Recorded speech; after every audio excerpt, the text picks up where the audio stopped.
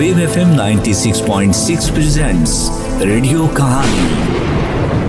Radio कहानी में अब आप सुन सकेंगे नेकी का अजर।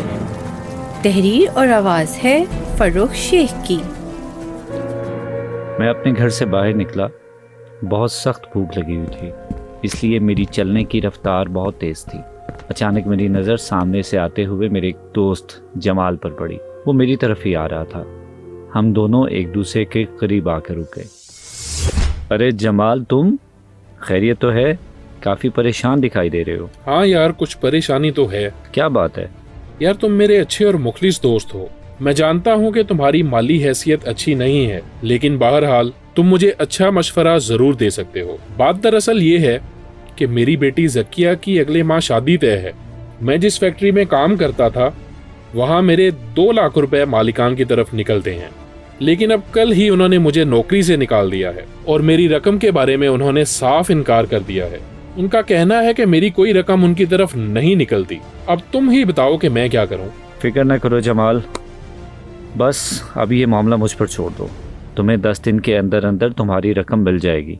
क्या वाकई? तुम मुझे अपनी फैक्ट्री के मालिकान और फैक्ट्री वालों की तफसीलात दो। तफसील ये है कि अभी कुछ दिन पहले ही फैक्ट्री के लिए नई मशीनरी मंगवाई गई है, वो भी स्मगलिंग के जरिए। अगर वो कानूनी तौर पर मंगवाते तो 50 लाख रुपए खर्च होते। ना तो उसके कागजात वगैरह हैं, ना ही उस पर कोई टैक्स दिया गया। मैंने जब मामले की निशानदेही की तो मुझे फैक्ट्री से निकाल दिया गया। ये बात है। चलो मैं देखता हूँ इस मामले को। अगले रोज मैं अपने एक दोस्त असलम के पास गया। असलम का एक अखबार शाया होता था। मैंने असलम से कहा, असलम मैं तुम्हारे अखबार में रिपोर्टर के तौर पे काम करना चाहता हूँ यार। यार ये कैसी बात है, तुम्हारा अपना अखबार है। अच्छा, फिर फौरी तौर पे मेरा प्रेस कार्ड बना दो। ये लो मेरी तस्वीर कार्ड पर लगाने के लिए। असलम ने तस्वीर उठाई और टेबल पर मौजूद बेल को बजाया। असिस्टेंट कमरे में दाखिल हुआ और बोला, जी सर। ये तस्वीर लो और नासिर साहब का कार्ड फौरी तौर पर बना के लाओ। जी बेहतर सर।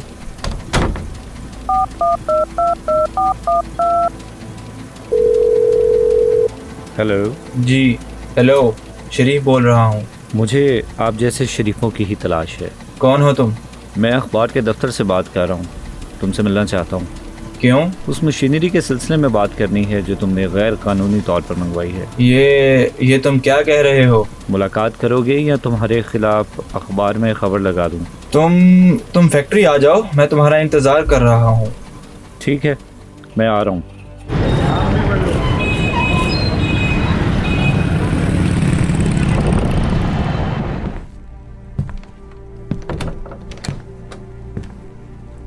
जी शरीफ साहब, मैं नासिर, अखबार के दफ्तर से। जी आए। नासिर साहब, मैं रिपोर्टरों की वैसे ही बहुत कदर करता हूँ और इन्हें दोस्त ही रखता हूँ। ये ले मेरी तरफ से 10,000 रुपये तोहफा। नहीं, आप ही वापस पकड़ें। देखिए जनाब, मुझे रकम की कोई ज़रूरत नहीं है। साफ कहो ना, ये भी कम है। रुक जाओ, मैं तुमसे एक सौदा करना चाहता हूँ। वो क्या? पिछले दिनों एक मुलाजिम निकाला है आपने, जमाल है नाम उसका। हाँ, वो उसकी अब हमें ज़रूरत नहीं रही। वो तो ठीक है, लेकिन आपने उसके 2 लाख रुपए देने हैं। ऐसे तो कोई बात नहीं। देखो, उसकी रकम उसे दे दो, मैं तुम्हारे खिलाफ कुछ नहीं करूँगा। लेकिन कुछ नहीं, उसकी रकम दो बस। नहीं, मैं 1 लाख रुपया दूंगा। पूरे 2 लाख रुपए देने हैं। दे रहे हो तो बताओ, वरना मैं जा रहा हूँ, मेरे पास ज़्यादा वक्त नहीं है। अरे बैठो यार, कहाँ जा रहे हो? मैं दे देता हूँ।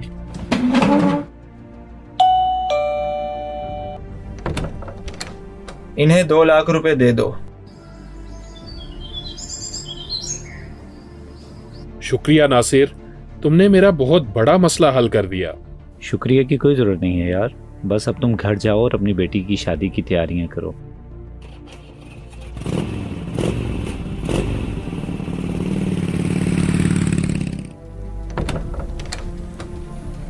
असलम, मैं तुम्हारे लिए एक ज़बरदस्त रिपोर्ट लेकर आया हूँ। अरे वाह, बताओ क्या रिपोर्ट है? रिपोर्ट एक शर्त पर मिलेगी, तुम उसे शाया ज़रूर करोगे। रिपोर्ट अच्छी हुई तो ज़रूर शाया होगी यार।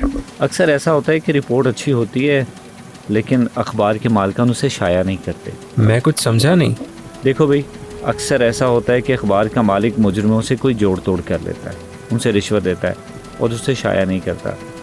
मेरी नज़र में ऐसे अखबारी मालकान भी मुजरिम होते हैं। मैं इनमें से नहीं हूँ। अगर होता तो आज मेरा अखबार भी मशहूर होता और मैं माला माल हो चुका होता, जबकि तुमने देखा है कि मैं अभी भी अपनी पुरानी मोटरसाइकिल पर आता हूँ। ठीक है, मैं तुम्हें रिपोर्ट दे रहा हूँ। एक साहब हैं, नाम तो उनका शरीफ है, लेकिन बदमाशों वाले सारे काम करते हैं। उनकी एक फैक्ट्री है और उन्होंने अभी गुज़िश्ता दिनों स्मगलिंग के ज़रिए बड़ी मशीनरी मंगवाई है जो कि इनकी फैक्ट्री में लगी हुई है। इनके ख़िलाफ़ रिपोर्ट लगाओ। पूरा नाम क्या है इनका? शरीफुद्दीन। ओहो, ये वही तो नहीं जिनकी प्लास्टिक की चीज़ें बनाने की फैक्ट्री है? हाँ, ये वही है। इनकी और भी कई फैक्ट्रियाँ हैं दूसरे कामों की, लेकिन तुम किस सोच में पड़ गए हो? यार, इन लोगों के हाथ बड़े लंबे हैं। क्या किसी एडिटर से भी ज़्यादा लंबे हो सकते हैं? वो तो ठीक है, लेकिन समझ गया। ठीक है, मैं चलता हूँ। मुझे पता था कि तुम यही करोगे। अरे नाराज ना हो यार, बैठो। दरअसल मैं सोच रहा था कि मैं इसके खिलाफ रिपोर्ट कैसे शाया करूं। खैर ठीक है, ये रिपोर्ट आज ही शाया होगी। क्या वाकई? हाँ, मैं खुद ऐसे लोगों का दुश्मन हूँ जिन्होंने लाकानूनियत और जराइम का जाल बिछा रखा है। पहले मैं इन लोगों से डरता था, लेकिन अब नहीं डरूंगा। असलम ने अपने दूसरे रिपोर्टर के ज़रिए केस की मज़ीद तफसीलात मंगवाई और फिर उसकी खबर अखबार में शाया कर दी। उससे अखबार की फ़रोख्त में इजाफा हुआ। शरीफुद्दीन और उसके साथी गिरफ्तार हो गए और बिलाखिर शरीफुद्दीन और उसके साथियों को सज़ा भी हो गई। देखते ही देखते असलम के अखबार ने मार्केट में अपना नाम बना लिया और अब वो रोज़ाना शाया होता और हाथों हाथ बिक जाता था। असलम ने मुझे मुस्तकिल पोजीशन पर अपने अखबार में नौकरी दे दी। मुझे ऐसा लगता था कि मैंने जो काम नेकी समझकर किया था, अल्लाह ने उसका अजर मुझे एक वफादार दोस्त और मुस्तकिल नौकरी की सूरत में दे दिया, क्योंकि नेकी करने वाले को अल्लाह उसका अजर ज़रूर देता है।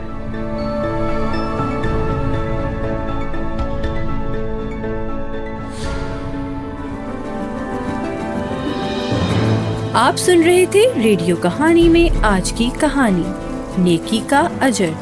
मरकजी किरदारों में शामिल थे उमर मसूद, फरूख शेख, मुजम्मिल अशरफ, असद फरीदी और मोहम्मद अरसलान।